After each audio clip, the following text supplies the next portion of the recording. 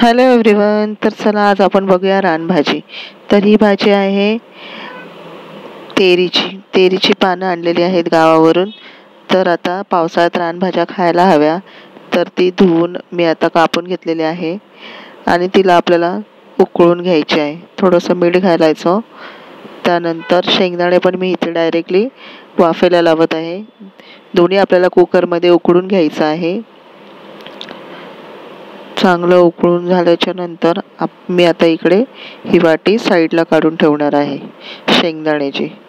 शेंगदाणे पण आपले छानपैकी उकळून झालेले आहेत. भाजी पण चांगली उकडलेली आहे. तर चला आता आपण इथे तेल टाकून घेऊया आणि भाजीला सुरुवात करूया.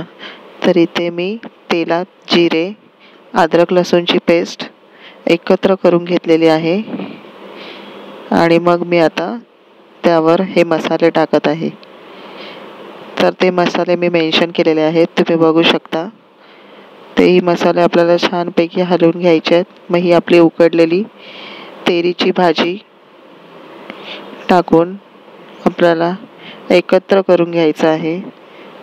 तर गावच्या ह्या भाज्या पावसाळ्यात नक्कीच खा, हेल्थसाठी खूप चांगल्या असतात आणि ह्या आपल्याला ह्या सीझनमध्ये खायला भेटतात. तर आता मी वरून शेंगदाणे टाकून घेतलेले आहेत, ते पण मी त्याच्यातच उकडलेले आहे, तुम्ही बघितले असाल. कोकणामध्ये ह्या भाज्या भरपूर प्रमाणात बघायला भेटतात आणि आपल्याला खायला सुद्धा भेटतात आणि चवीला पण खूप असतात. तर चला आता मी मीठ टाकून घेते चवीप्रमाणे. मीठ एकत्र केल्याच्या नंतर आपल्याला चांगली परत पाण्यामध्ये ही भाजी शिजवून घ्यायची आहे. काही ठिकाणी ह्याला आळूचं फतफदं बोलतात, आमच्या कोकणामध्ये ह्याला गरगाट बोलतात. तर शेंगदाण्याच्या जागी तुम्ही पावटे पण टाकू शकता आणि त्यानंतर थोडासा आंबटपणा येण्यासाठी मी कोकम घातले आहेत. चला तर आपली भाजी रेडी आहे. मला कमेंट करून सांगा कशी वाटली.